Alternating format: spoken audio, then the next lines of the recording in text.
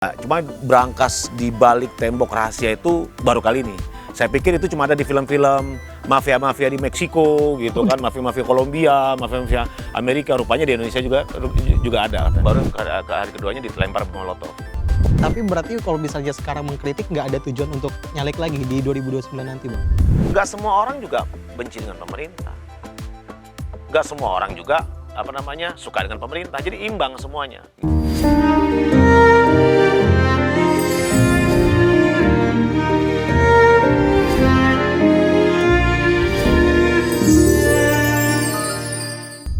Halo Sobat iNews, dimanapun Anda berada, senang sekali Deep Talk with Syam Hakung bisa kembali nemenin kalian semua. Dan episode kali ini kita bakal ngobrol-ngobrol sama konten kreator yang lumayan vokal, bersuara tentang isu-isu yang lagi anget-angetnya, bahkan lagi panas-panasnya. Ada DJ Doni. Bang Doni, apa kabar? Kabar baik, Mas Syam. Alhamdulillah. Haji Syam.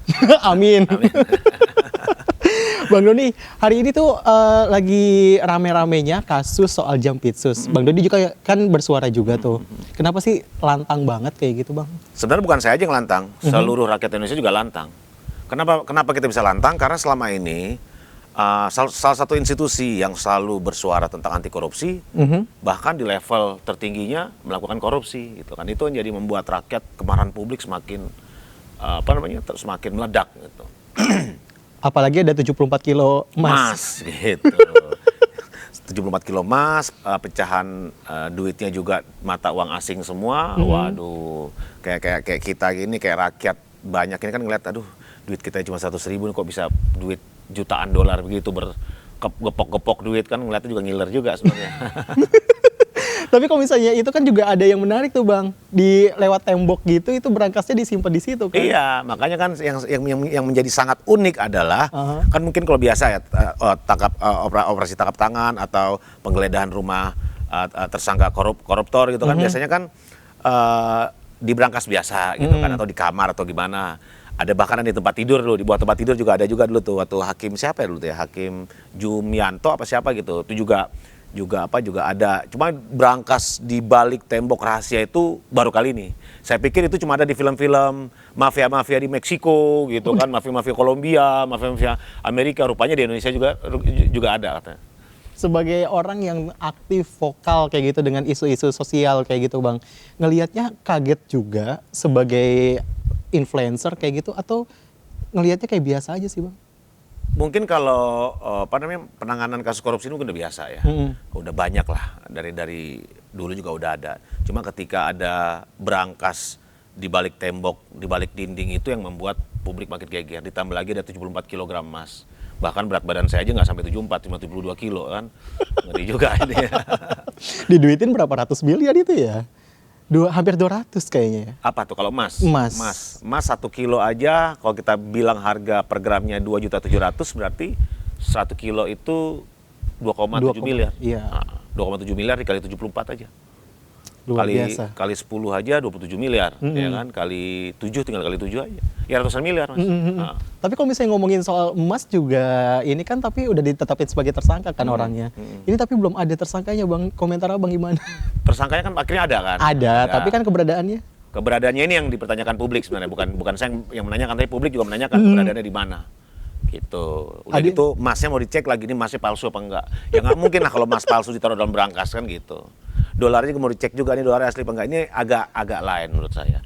Kenapa agak lain? Ketika perlakuan kepada tersangka korupsi yang lainnya, itu nggak ada kayak gitu kok, nggak ada ngecek emas dulu, nggak ada istilah ngecek ini dolarnya palsu apa enggak, nggak ada, langsung rilis aja. Sekarang kenapa harus dicek lagi, kan agak aneh menurut saya. Menurut Bang Doni berarti ada kespesialan atau yang perlakuannya sangat berbeda dengan tersangka lainnya yang ditersangkakan oleh kejaksaan. Bahkan ada yang 4 jam diperiksa langsung jadi tersangka. Belum ada pengadilan pertama, pengadilan kedua nggak ada, langsung jadi tersangka, langsung rompiping gitu loh. Dadan pun begitu, sore tersangka, besoknya langsung hari itu juga langsung dirilis gitu. Sampai sekarang kalau yang kasus Febri ini belum ada pakai rompiping gitu loh, belum tampil wajahnya sebagai tersangka. Malah kemarin sehari sebelum dijadiin tersangka masih aktif tuh. Aktif. Setelah tersangka hilang. Berubah lagi jadi saksi karena kasusnya dilimpahkan ke kejaksaan, otomatis ngulang lagi di pertama. statusnya berubah jadi saksi, itu gaduh lagi akhirnya. Gaduh lagi, publik gaduh lagi, akhirnya balik lagi ke tersangka. Ini kan aneh nih, ini penanganan hukum apa sebenarnya nih di Indonesia ini? Ini serius nggak sih memberantas korupsi gitu? Kalau menurut abang ada permainan kayak gitu bang? Oh, saya itu bukan kapasitas saya untuk berbicara antara ada permainan atau tidak, tapi kita harus kita hormati proses hukum, kita lihat bagaimana kejaksaan memproses kasus ini. Kalau ngomongin soal Bang Doni yang suka aktif vokal lah kayak gitu di sosial media bang, awal mula konten dan juga awal mula vokal tuh emang dari dulu Enggak. atau dari mana sih bang? Kan ini kan konten-konten kreator kan baru aja setelah tonton 2020 lah kalau saya lihat ya, konten kreator membahas isu ini. Sebelumnya kan masih didominasi oleh podcast kan. Bukan podcast, YouTuber ya kan segala macam kan. Baru di akhir-akhir ini aja semenjak ada TikTok pun awalnya juga cuma joget-joget aja. Reels Instagram ini kan baru semua. Gitu. Nah, semenjak ada itu mungkin sudah ada tren berbicara tentang politik, ada tren berbicara tentang edukasi dan lain-lain, itu banyak lah. Cuma kebetulan yang pas saya dan teman-teman lakukan adalah mengkritisi atau membicarakan tentang politik, isu politik, sosial politik yang berkembang saat ini. Oke, kalau misalnya ngomongin soal konten sosial politik, apalagi vokal kayak gitu kan terhadap isu-isu yang terjadi, ada sempat ngerasa takut gak sih bang kayak diancam atau apa kayak gitu? Takut sih ada awal-awalnya, cuma ya udahlah nggak apa-apa lah, ngapain hidup kan Tuhan yang ngatur ini, mau mati mau hidup kan Tuhan semua yang ngatur. Bahkan saya pulang dari sini pun kalau Tuhan bilang mati ketabrak kereta ya tiba-tiba kan bisa kayak gitu kan, amit-amit kan. Jadi ya lillahi ta'ala aja. Tapi kalau misalnya ngomongin soal ancaman atau yang sejenisnya, pernah sampai didatengin sama mungkin atau ditelepon sama dari pemerintah kayak gitu? Nggak ada ya, belum ada. Belum ada. Jadi tapi kalau misalnya dulu tuh saya ingat, kalau konfirmasi kalau misalnya saya salah, itu sempat dilemparin bom molotov. Ya, pertama bangkai ayam dikirim paketan, habis itu ke hari keduanya bom molotov. Oke, itu lagi ngebahas kasus apa bang spesifiknya pada saat Waktu itu pada saat itu lagi rame isu penanganan bencana alam di Aceh. Oke. Saya juga nggak ngerti juga kok tiba-tiba saya jadi sasaran, karena saya tidak mengamplifikasi sama sekali bencana alam di Aceh. Bahkan saya ke Aceh pun nggak bikin konten, nggak bikin konten nangis-nangis, nggak bikin konten apa, ya udah ada bantuan sedikit saya salurkan ke sana, udah selesai itu pulang. Nggak ada itu yang bikin konten lihat jembatan. Sebenarnya walaupun sebenarnya kita perlu gitu loh, perlu membuat konten tersebut agar dunia tahu, agar masyarakat Indonesia tahu bahwa keadaan di sana tuh parah. Tapi saya karena melihat ini situasi sudah waduh kacau banget, ya udah saya nggak berpikir nggak usah deh. Ngapain kita tambah rumit lagi, toh publik udah tahu semua begitu. Tapi yang kena sasaran malah saya. Ya bukan hanya saya aja tuh, Firdian, saya, Shirley, siapa lagi. Banyak konten-konten kreator yang lainnya nggak mau dipublikasi intimidasi tersebut, teror tersebut, mereka nggak mau publikasi. Tapi banyak sebenarnya pada saat itu. Banyak yang mendapatkan intimidasi? Banyak, cuma akhirnya mereka lebih memilih diam daripada bersuara lagi. Kalau misalnya dari Bang Doni sendiri ngelihat ada ancaman waktu itu kan bukan cuma bom molotov ya, ada dilempar bangkai ayam kalau nggak salah ya bang? Dikirim paket bangkai ayam, baru ke hari keduanya dilempar bom molotov. Oh itu berdekatan beda hari ini dan besoknya langsung? Itu menandakan apa bang kalau misalnya dari Bang Pertama Doni dilempar bangkai ayam, saya caci maki lagi, bikin di konten. Oke. Saya maki-maki balik lagi, mungkin mereka marah kali kan, besoknya dilempar molotov. Oke. Gitu. Kalau misalnya dari Bang Doni kan udah berkeluarga ya bang ya, itu ada komentar dari istri seperti apa itu? Ya istri pasti pasti terkejut ya, kaget juga dengan kondisi seperti ini, dan ya sempat emosi juga, marah. Cuma waktu istri bilang nih kalau stop ya kalau stop terlihat seperti udah takut si Doni. Akhirnya istri bilang udah lanjut aja, terserah kata dia. Oke, dikasih kebebasan berarti? Ya terserah kata dia. Padahal posisinya pada saat itu istri saya juga masih hamil 7 bulan waktu itu. Oke. Hamil 7 bulan. Cuma semenjak itu akhirnya saya ungsikan ke daerah lain. Oke. Oh berarti kalau sekarang ini posisinya berarti di rumah sendiri atau? Karena kan tadi diungsikan, sampai sekarang dulu. Oh dulu, kalau sekarang udah enggak? Udah balik lagi. Oke. Rumah saya cuma satu. Kecuali rumah saya banyak, kayak Jampitsus kan ada di Sentul baru pindah, nggak ada. Ya kan saya mengkonfirmasi juga gitu kan bang. Nah ngomongin juga soal Bang Doni juga yang speak up kayak gitu. Dulunya kan pernah bisa dibilang nyalek kayak gitu ya bang? Iya 2019. Sekarang masih aktif sebagai anggota parpol? Kan saya bukan pengurus partai. Tapi anggota parpolnya? Oh iya, karena kan pada saat nyalek kita harus ikut serta keanggotaan partai. Semua partai begitu. Oke. Ini ada niatan maksudnya dengan bikin-bikin konten kritik ke pemerintah untuk Nggak ada. mendulang suara kayak gitu? Enggak. Karena apa yang saya lakukan sekarang ini tidak bisa terkonversi nanti ke, misalnya kita mau nyalek lagi, nggak bisa terkonversi. Beda, Mas. Bahkan banyak seperti kayak siapa ya artis yang followersnya banyak, kayak Mbak Krisdayanti, akhirnya di periode kedua, dia tidak bisa terpilih lagi, karena emang suara di sosial media itu nggak bisa terkonversi di bawah, Mas. Oke. Kalau kita nyalek itu susah, nggak bisa. Oke. Nggak linear gitu loh. Maksudnya kalau followers lo banyak, orang otomatis pasti pilih lo, nggak juga. Karena kan followers kita kan beda-beda, Mas. Nggak semua fokus di Jakarta. Misal apalagi kalau saya misalnya nyalek di luar Jakarta, lebih susah lagi, nggak ada yang kenal juga. Kalau kemarin itu maju dari Dapil Aceh saya. Dapil Aceh. Aceh, ya. Oke. Tapi berarti kalau misalnya sekarang mengkritik nggak ada tujuan untuk nyalek lagi di 2029 nanti, Bang? Enggak, kenapa, Bang? Ya belum tahu juga, nggak tahu. Kalau sampai sekarang sih nggak kayaknya. Tapi ada yang mulai nyolek-nyolekin dari partai politik mungkin? Belum ada. Nggak ada sama sekali? Nggak ada. Oke. Malah saya berpikir lebih bagus di luar aja menurut saya. Kenapa, Bang? Lebih objektif kita ketika kita mengkritisi, ketika kita mengapresiasi, orang lebih melihat kita, oh ini orangnya objektif gitu loh. Kalau kita nyalek, malah jadi repot lagi ntar, Mas. Misal kita nyalek nih. Saya nyalek lagi ke depan, misalnya kita bilang di wilayah mana ya, wilayah Bekasi gitu kan. Ketika ada isu-isu lain di wilayah lain, saya ntar bisa kena hajar itu. Kenapa? Oke. Lu ngapain bahas isu di luar Bekasi? Lu kan perwakilan rakyat dari daerah Bekasi gitu. Jadi rumit jadinya. Oke. Kecuali DPR RI gitu kan, mungkin bicara nasional. Kalau kita bicara nyalek kabupaten kota atau provinsi itu pasti beda. Kan nggak mungkin kan sekarang yang dulu vokal nyalek DPRD DKI sekarang berbicara tentang daerah lain, mungkin nggak ada. Karena mereka udah fokus di Jakarta. Di dapilnya gitu ya? Daerah pemilihannya, konstituennya. Jadi makanya itu ke depan nggak bakal mau nyalek lagi? Karena bisa dibilang terkungkung dengan wilayah itu, Bang? Ya tergantung nanti gimana, kita kan nggak tahu kan, bisa berubah kapanpun kan. Untuk saat ini nggak. Untuk saat ini enggak? Oke, tawaran pun belum ada nih? Nggak ada tawaran. Oh, emang nggak ada? Nggak ada. Oh, emang nggak ada. Yang menarik juga, Bang, kalau misalnya ngomongin Bang Doni kan, kalau misalnya flashback ke beberapa tahun lalu, yang saya sempat dapetin info juga, ini kan besar di Aceh kayak gitu kan, dan tinggalnya kan sama nenek kayak gitu. Berarti nenek yang paling berkesan kayak gitu, maksudnya mendidik, pengorbanan dari nenek? Iya, itu? karena saya tuh waktu setelah SMP pindah ke Aceh itu, yang menghidupi saya nenek saya, pakai uang dana pensiun dia. Oke. Jadi ya semuanya yang biayain nenek saya, gitu. Oke, sampai akhirnya waktu itu setelah dari situ sempat dibilang juragan buah juga. Ada sebutannya. Waktu SMA itu saya kan hidup di keluarga saya di Aceh itu nggak kaya banget, biasa aja gitu loh. Saya tuh pengen punya duit lebih. Gimana sih caranya pengen punya duit lebih, ya kerja. Oke. Waktu SMA itu saya pulang sekolah, itu saya jualan buah bareng sama teman rame-rame gitu loh, jualan buah. Jadi beli buahnya subuh, jualnya jam 2 siang sampai sore gitu loh. Kan selisihnya lumayan. Nah, selisih dari margin itu kita bisa buat makan nasi goreng lah, makan apa, gitu aja sih. Oke. Cuma memang saya dari dulu tuh tidak mau membebani nenek saya. Karena tanggungannya udah banyak gitu. Makanya dari situ hidup dari nenek dan dari kelas bawah juga kayak gitu kan, dari masyarakat yang biasa saja sampai akhirnya sekarang vokal kayak gitu ya, Bang? Atau enggak juga? Apa gimana sih? Ya mengalir aja sih.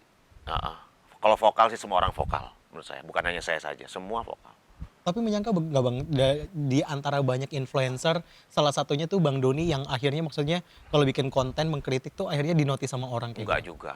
Banyak ada Deddy Kobuzer, ada Deddy Sumargo, itu menurut saya lebih potensial menurut saya. Kalau saya mah masih UMKM bisa dibilang, bukan siapa-siapa. UMKM tuh maksudnya gimana tuh, Ya Bang? masih pegiat media sosial, masih kelas kecil. Beda sama kayak Bang Deddy Kobuzer, Bang Deddy Sumargo. Mereka benar-benar mengangkat isu yang mengadvokasi rakyat menurut saya selama ini. Oke, kalau misalnya ada komentar soal Bang Doni kayak gitu, nyebut kalau Bang Doni ini anti pemerintah, itu gimana? Enggak anti pemerintah juga. Oke. Ya kan yang kita kritisi yang kurang tadi ya, maksudnya yang kurang baik kita kritisi kan akhirnya. Kalau yang baik tetap kita apresiasi. Ada konten saya yang membicarakan tentang MBG, Jadi ada satu sekolah, saya lupa di daerah mana, itu MBG itu disajikan dengan prasmanan. Oke. Dan itu bagus banget, saya ngeliat itu bagus banget. Makanannya enak, fresh segala macam. Anak juga mengambilnya secukupnya. Karena Oke. porsi anak kecil dengan porsi orang dewasa tuh beda-beda. Iya, iya. Nggak bisa kita main tumpuk aja nasi bulat gitu, nggak bisa. Mm-mm.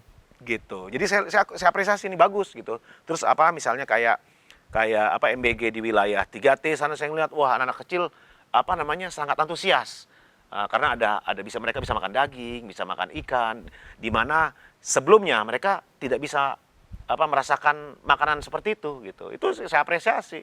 Oh, tetap ya, Ya Bang? tetap, contoh kayak misalnya kemarin tuh ada apa lagi ya, kita soal ini ya, lapangan pekerjaan. Itu ada Pak Seskap Teddy itu membuka ratusan ribu lowongan magang.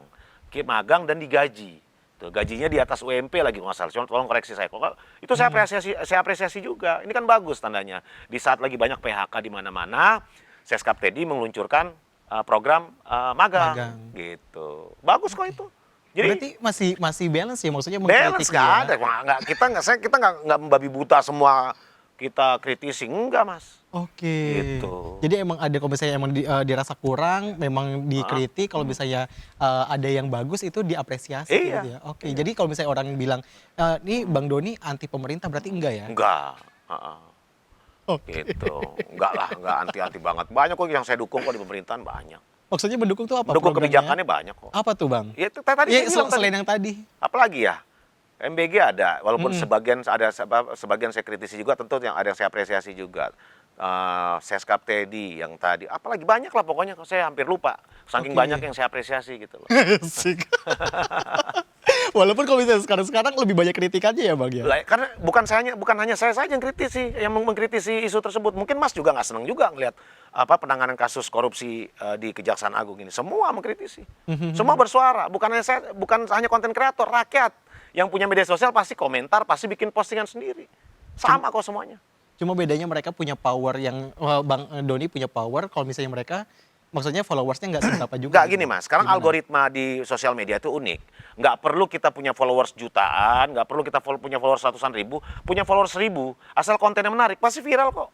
Banyak kok followers 1.000, 2.000 itu kontennya jutaan yang nonton, banyak. Oke. Iya, algoritma tuh unik sekarang gitu. Makanya kayak sekarang tuh udah sangat mudah sekarang. Nggak perlu lagi nggak perlu lagi nunggu followers gede, enggak. Followers kecil pun kalau kontennya menarik pasti viral kok. Oke, jadi nggak kalau misalnya katakanlah masyarakat mau bikin konten kayak gitu, mau itu mengkritik atau misalnya mengapresiasi itu nggak harus nunggu followersnya banyak dulu. Nggak harus nunggu. Oke. Gitu. Jadi misal kita bikin konten mengapresiasi pemerintah, nggak semua orang juga benci dengan pemerintah. Nggak semua orang juga suka dengan pemerintah. Jadi imbang semuanya gitu. Oke. Heeh. Karena banyak ya, ada juga itu Bang kalau misalnya ngelihat komen-komennya juga kadang-kadang kayak oh ini DJ Doni berarti anti pemerintah nih karena lebih banyak mengkritiknya kayak gitu. Enggak juga ya. Kalau banyak mengkritiknya, ya emang pemerintahan saat ini harus banyak dikritik. Gitu lah, emang banyak yang nggak benernya. Apalagi isu yang lagi berkembang saat ini. Contohnya apa? Koperasi Desa Merah Putih. Bangunnya di tengah-tengah hutan. Ada yang di atas gunung. Ada yang di depan kuburan. Coba pantas nggak kayak gitu? Oke. Enggak, Mas, saya Iya. coba tanya Mas secara objektif. Menurut Mas gimana? Aneh. Aneh nggak? Iya. Mas gatel nggak buat komentar Iya. atau bikin postingan? Gatel kan? Ya sama, publik juga gitu, sama. Nggak, kita kan maunya juga nggak mengkritisi pemerintah. Kita maunya puji-puji pemerintah terus. Tapi apa yang dilakukan pemerintah saat ini justru malah membuat publik itu bertanya-tanya. Ada lagi pelatihan manajer koperasi Desa Merah Putih jadi tentaraan gitu loh. Urgensinya apa? Kita mau perang, memang jualan sama siapa? Kan Di tengah hutan kan katanya. beda pendekatan dengan Alfamart atau Indomaret yang melakukan pelatihan karyawan itu untuk pelatihan bisnis, pelatihan kepemimpinan gitu. Ini masuk dalam paret, dalam got gitu, pegang senjata buat apaan? Gitu. Jadi semua baik MBG, baik apapun yang keracunan, masa kita diam sih ada Iya. anak siswa keracunan? Pasti bersuara. Pasti bersuara. Apalagi nih soal BBM langka di Sumatera lah, bukan Sumatera Utara aja, Sumatera. Coba, masa kita nggak boleh bersuara? Ketika saya di DM sama teman-teman saya, follower saya yang ada di Sumatera, Bang tolong bahas ini, Bang tolong bahas ini, Bang tolong. Lah ini kan terkait hajat hidup orang banyak, Mas. BBM loh itu. BBM tuh orang bekerja pakai kendaraan, ya kan? UMKM ngangkutin barang-barangnya juga harus pakai kendaraan. Betul. Kalau transportasi nggak ada BBM-nya mati dong ekonomi kita. Lumpuh total.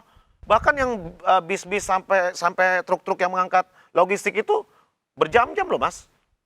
Belasan jam bahkan mereka ngantri BBM itu. Iya. Ya kan bayangin coba. Terus kita diam aja gitu. Bagus tepuk tangan. Ini kan nggak mungkin Mas. Semua harus dikritisi. Ya akhirnya saya bikin konten ini kok kayak gini. Tiba-tiba ntar ada alasannya. Alasannya saat ini adalah ada pemutusan kontrak kerja lah. Saya lupa atau mogok massal itu supir-supirnya. Lah ini kan sebenarnya harus dimitigasi sejak awal. Kenapa ini? Ini dampaknya harus dilihat loh. Korbannya kan rakyat. Dampaknya apa? Kalau sampai semuanya mundur jadi supir supir tangki BBM itu, ya repot dong negara ini. Berarti manajemennya nggak bener. Manajemen di Pertamina nggak bener. Kok sampai mereka bisa sampai mundur serentak loh mundurnya loh. Ada apa ini? Bukan 1-2 orang. Bukan 1-2 orang, 1-2 orang mungkin biasa lah, mungkin dapat penawaran kerja tempat lain atau ribut sama atasannya. Tapi serentak ribut semua. Serentak mundurkan diri semua. Coba, berarti tanda tanya ini. Terus kita nggak boleh kritisi, diem aja, wah keren nih gitu loh. Sedangkan rakyat udah teriak-teriak sana, udah ngantri panjang-panjang, begitu dimasukin Udah nggak ada. Udah nggak ada BBM-nya. Gitu kan kesian loh, sedih, sampai nangis-nangis loh mak-mak itu dengan berjam-jam rupanya. Gitu. Jadi bukan saya aja mengkritisi, semua mengkritisi kok. Gitu. Kita juga berharap maunya pemerintah ini nggak perlu lagi yang dikritisi, berarti pemerintahan bagus. Tapi kenyataannya masih banyak yang harus dikritisi. Harus dikoreksi gitu loh. Dengan Bang Doni bersuara, tentu besar harapannya untuk pemerintah tuh mengevaluasi kebijakan yang tidak sesuai kayak gitu ya. Ya kan di berbagai kesempatan kan saya bilang, saya tuh udah males juga, hampir udah di titik jenuh. Ada aja tiap hari. Oh, untuk konten, ini. Iya, pengen bikin konten joget-joget aja gini-gini, ya kan gini-gini gitu ya. Pengen gitu loh, dapat endorsan, skincare gitu, nggak ada, jadi pusing juga kita. Bahkan followers kita ini nggak bisa dimonetize. Orang ngomongin politik mulu, siapa yang mau pasang endorse kita? Nggak ada. Gitu. Kalau orang-orang kan followers 100.000 sudah monetize tuh, udah dapat duit, udah cuan. Saya boro-boro cuan, nggak ada cuan. Yang ada caci maki, DM saya tuh banyak Mas. Anjing lu, monyet lu, setan lu, apa lu, banyak. Oh, Iya, nggak semua suka juga sama saya, banyak juga yang benci. Tapi nanggepinnya tetap jalan terus tuh. Oh, saya tanggepin Mas, nggak dipikirin, biarin aja. Nggak ada ini. Oke. Nggak ngapain, biarin aja. Banyak Mas, yang caci maki di kolom komentar juga ada juga. Tapi nggak dihiraukan, biarin aja tetap jalan. Biarin aja kan, semua kan kita negara demokrasi, semua orang punya pandangan masing-masing. Jadi kalau pandangan berbeda, biarin aja. Mungkin menurut Mas di sini angka 6, menurut saya angka 9 gimana? Oke. Mas ngeliat angka 6 di sini. Saya ngeliat di sini kan angka 9. Beda-beda, ya terserah mereka. Yang namanya komunikasi itu kan perspektif, Mas. Beda-beda. Kita ngomongin apa, gitu belum tentu juga. Mungkin dia punya data lain yang mengatakan data saya salah. Silakan, nggak ada masalah. Gitu. Luar biasa memang kalau misalnya saya ngeliat konten-kontennya Bang Doni, soalnya emang fokus ada di posisi yang benar-benar rakyat kayak gitu loh, untuk bersuara, untuk untuk vokal juga seperti itu. Memang luar biasa gitu ya Bang. Harapannya apa kalau misalnya sekarang mungkin dari ada pemerintah kayak gitu nonton? Harapannya ya harus lebih baik lagi lah. Apapun dari segala macam sektor. Baik itu di pendidikan, ya kan? Baik itu di migas gitu, jangan sampai ada lagi BBM langka, ya kan dampaknya kemana-mana Mas. Harga-harga nanti naik gitu kan. Pendidikan juga sama, kita bicara sekolah negeri tiba-tiba ada uang pangkal sekolah, uang ini segala macam, itu kan harus kita kawal bersama itu kebijakan pemerintah. Gitu, termasuk juga duit APBN yang dialokasikan untuk Kopdes, untuk MBG, ya itu kan duit kita juga, kita bayar pajak loh. Pajak kita digunakan untuk sesuatu program yang sebenarnya bermanfaat untuk rakyat, tapi kan mekanisme di bawah kan akhirnya berantakan gitu loh. Yang dikorupsi lah, yang apalah. Nah itu kita harus kita kritisi, kalau nggak pemerintah juga nggak dengar. Sekarang kan no viral no justice. Iya, kalau belum viral, belum diomongin sama pemerintah pusat, jadi harus viral dulu. Ya alhamdulillah sekarang algoritma media sosial tuh membantu sesuatu hal yang harus dikoreksi gitu. Apapun dalam segala macam bidang pasti. harapan kita bersama Bang. Semua. Semoga pemerintah mendengar aspirasi masyarakat seperti itu. Iya. Apa yang kurang-kurang semoga segera dibenahi, dievaluasi. Betul. Bang Doni, terima kasih. Terima kasih Haji Sam. Amin. Itu tadi perbincangan kita dengan DJ Doni selaku konten kreator yang fokus dan juga aktif bersuara di sosial media tentang isu-isu yang terkini. Terima kasih sudah nonton. Sampai jumpa.